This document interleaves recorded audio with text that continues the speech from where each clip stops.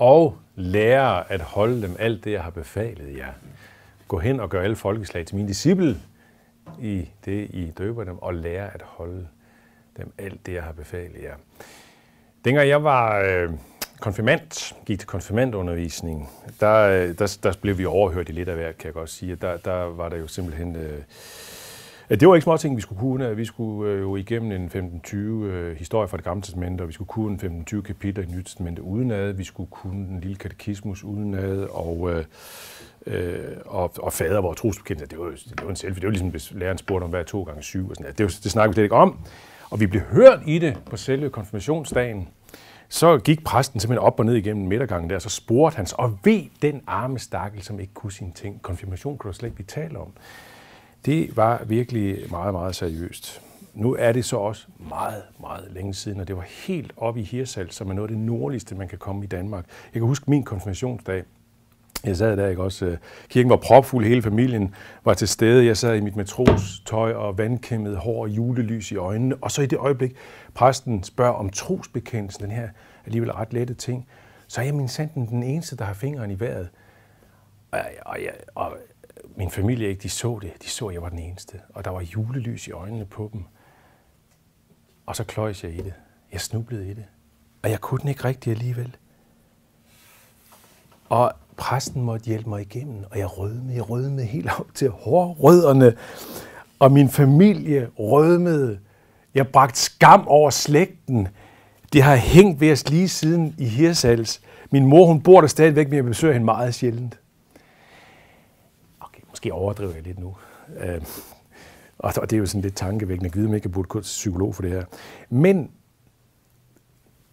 så er det endda sådan, at om det så havde været sådan, så havde det været peanuts ved siden af det, Jesus siger til os, at vi skal. Vi skal lære at holde alt det, han har befalet os. I det, I lærer dem at holde alt det, jeg har befalet jer. Vi skal altså ikke bare lære det. Hvis det så bare var det er jo slemt nok. Ikke? Skulle lære udenad, hvad han har befalet os, men at lære at holde det, det er immervæk noget sværere.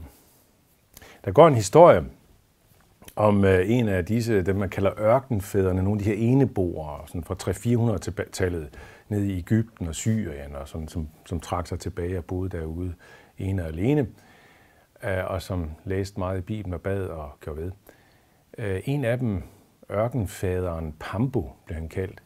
Han kunne ikke læse og skrive, så han besluttede sig for en dag at gå til en anden ørkenfader, en Abba, som de også blev kaldt, eller en Amma, hvis det var en kvinde.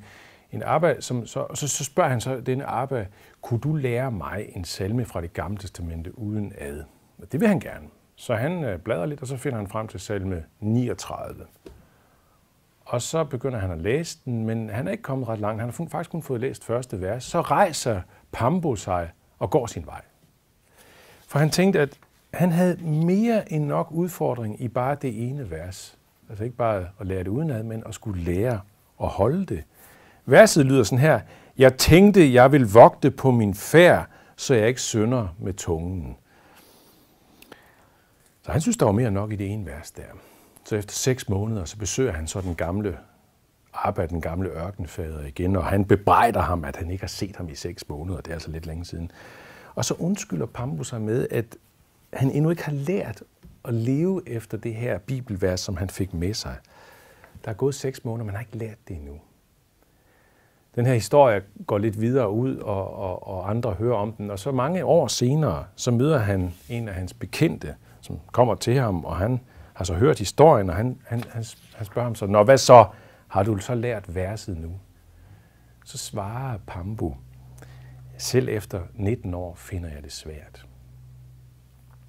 At lære at holde alt, hvad han har befalet os.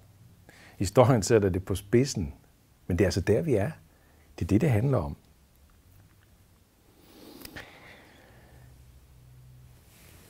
Men det er jo også en historie, som understreger en meget vigtig pointe i Jesu befaling, nemlig den, at det tager tid. Det tager tid at lære at holde alt, hvad han har befalet os. Discipelgørelse, det er en livslang vandring.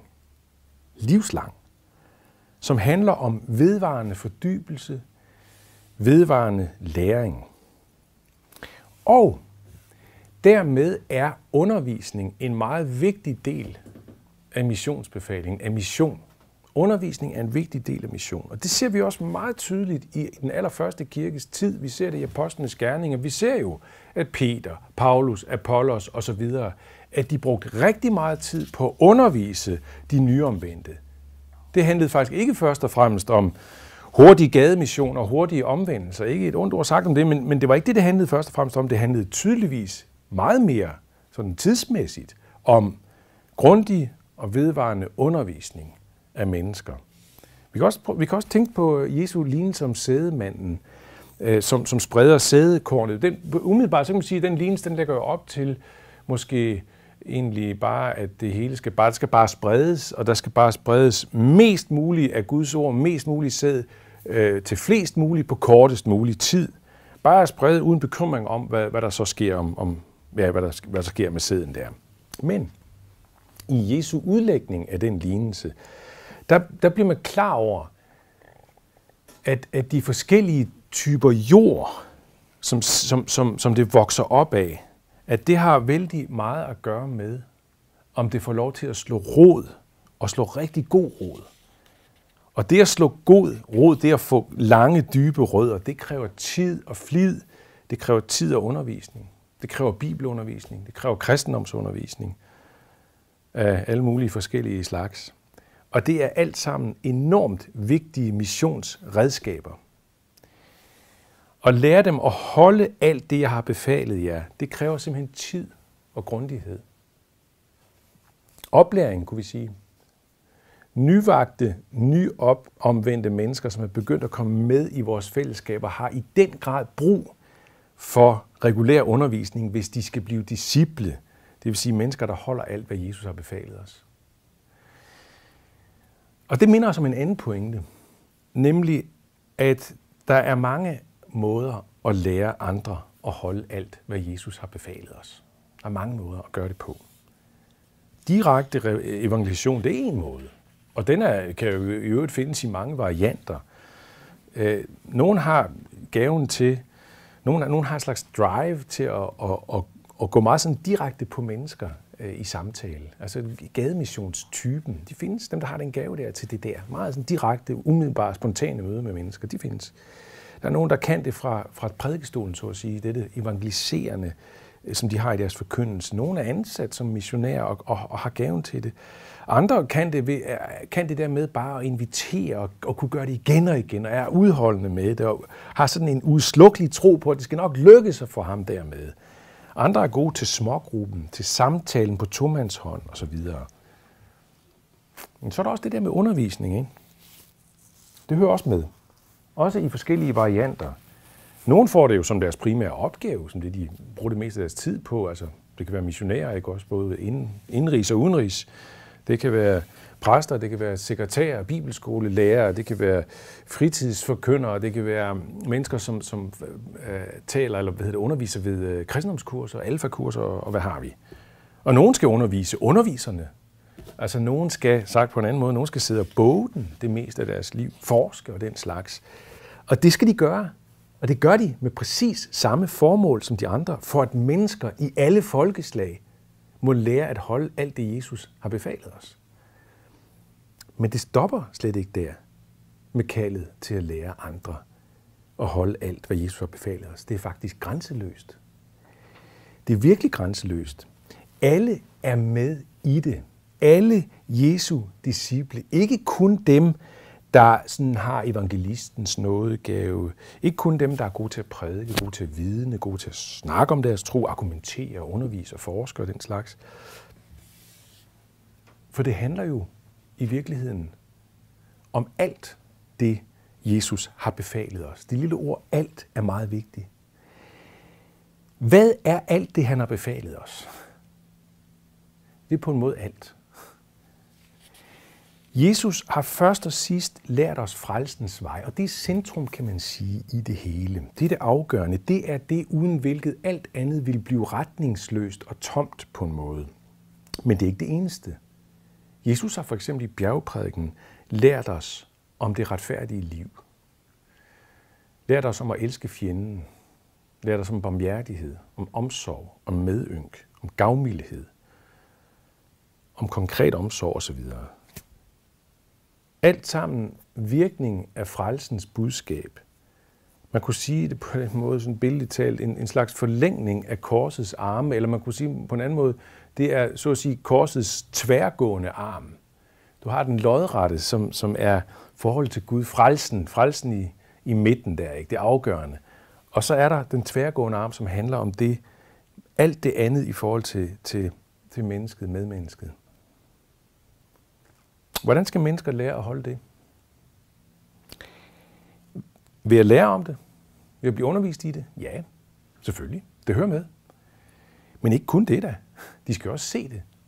De skal se det i praksis. De skal have lærermestre. De skal have medvandrere, som øver sig i det samme. I at holde, hvad Jesus har befalet os. Og så måske et skridt eller to foran dem. Der er nogen, der har brugt et udtryk om det her. Man kalder det for holistisk mission. Holistisk mission. Jeg har set det i Indien. Jeg har set det i praksis. Det gør et kæmpe indtryk. Jeg har set kirkeligt arbejde der, som er lige midt på missionsmarken, og det er virkelig missionsmarken, ikke? Det meste af Indien, det er jo ikke kristent land, kan man sige. Kirken er absolut et mindretal. Lille mindretal. Men der er de altså, denne kirke. De prædiker, de vidner, de beder, de underviser. Og de bygger skoler. De bygger skoler i slum. De laver arbejde for gadebørn. De laver arbejde blandt sexslaver. De laver politisk, juridisk arbejde for at fremme retfærdighed i samfundet.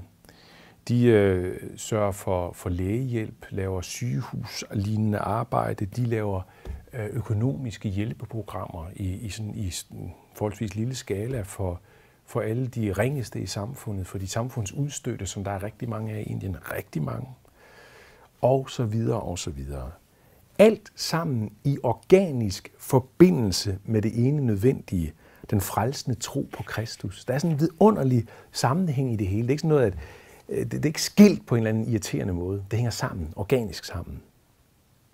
Og det vil sige, at her er brug for alt og alle.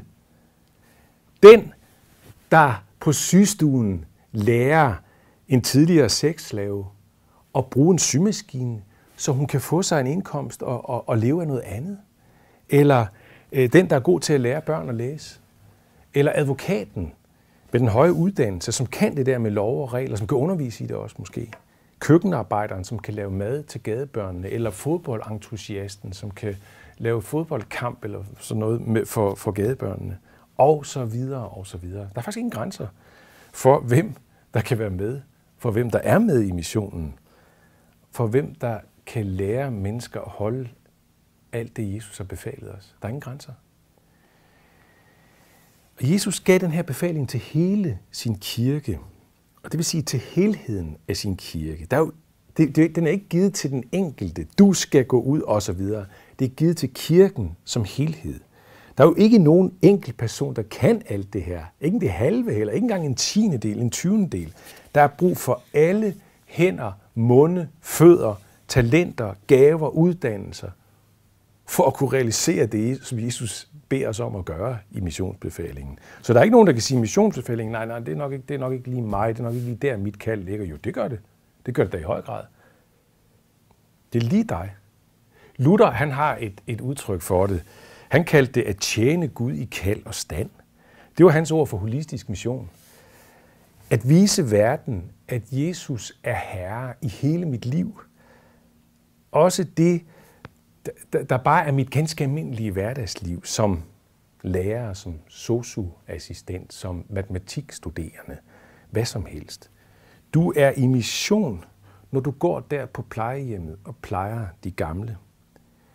Du er i mission, når du går der sammen med dine kollegaer. Hvad skal de se? Skal de se en, der i hver anden sætning siger Gud? Ja, det kan da godt være, hvis det falder dig naturligt. Så er det da dejligt. Men hvis ikke det gør, hvad skal de så se? Så skal de se et menneske, der bare går ind i sit arbejde og ind i sine kollegaer på en måde, der viser, at man vil dem alle sammen det bedste. Du lugter af Gud, uanset hvor du er og hvad du laver. Når mennesker ved bare sådan det mindste om dig, at du er sådan en, der tror på Gud og går i kirke og sådan noget der, så lugter du af Gud. Og hvordan er lugten? Du er en duft af liv til liv, siger Paulus. Han siger også samme sted, du er et brev fra Kristus, som kan læses af alle. Du er så at sige et læserbrev i avisen, som enhver kan gå hen og læse. En af det 20. århundredes vigtigste kirkeledere, John Stott, som døde for nogle få år siden, han sagde i sin allersidste prædiken følgende: den største hindring for, at mennesker kan blive kristne, er de kristne. Det sagde al hans erfaring ham. Det sagde al hans kirkehistoriske viden. Den største hindring for, at mennesker kan blive kristne, er de kristne. Man kan også vende den om og sige, den største mulighed for, at mennesker kan blive kristne, kan blive disciple, som lærer at holde alt det, Jesus har befalet os, det er de kristne.